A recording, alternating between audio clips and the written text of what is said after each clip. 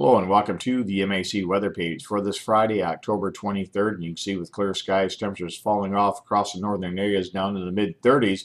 So a very chilly start to the day, but not too far from normal. We got another nice day today on tap with lots of sunshine. I think temperatures still be on the cool side in the mid 50s to around 60. But again, the rain should hold off until tonight as it looks right now.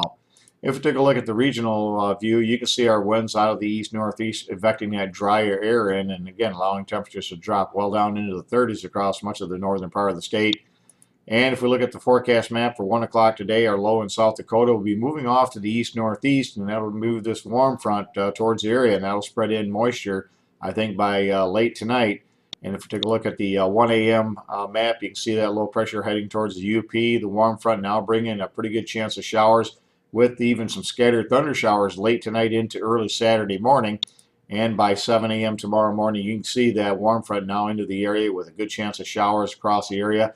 Eventually, this cold front will move through, and I think we'll begin to dry things out late Saturday. Right now, it looks like it'll be dry for Sunday, Monday, and to maybe early Tuesday before our next very significant system moves in, and that could bring a very significant amount of rain to the area from late Tuesday into Thursday.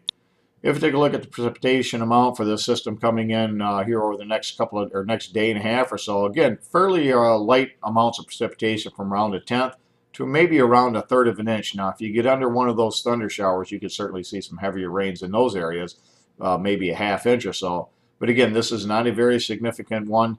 But what we want to look at is the guys who still got soybeans. Today is the day. If you still got some and are considering whether or not to do them, today will be your best day. You may not get another good shot at soybeans without them harvesting them quite wet for quite some time to come. If we take a look at the forecast map for next Wednesday, you can see it looks like the main low is going to develop across Missouri, and it's going to have a lot of moisture being drawn north thanks to this high pressure that'll be moving off to the east and winds coming out of the south. That's going to bring that Gulf moisture up, and as this low intensifies, it'll move towards northern lower Michigan as it looks right now. And depending on the amount of phasing will be how much precipitation, how much moisture gets drawn north. Right now, the model's trends are for it to be more and more phased. So it looks like this could be a very wet system. Right now, we're thinking at least 3/4 of an inch to around an inch and a quarter, but the potential's there for even more than that. But again, as this low moves to the north, and we can take a look at that. I thought I had that map. I don't. But you can see the precipitation over the next 7 days, pretty significant. Much of the MAC area over an inch of rain. And don't be surprised to see this purples of an inch and a half or more being drawn further and further north in the next couple of runs. So again, it looks like a very wet system from late Tuesday to Thursday of next week, followed by colder air.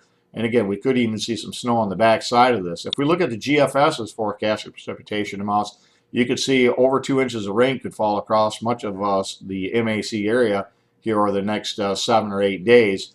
And if you like snow, even some of that beginning to show up out into the Dakotas.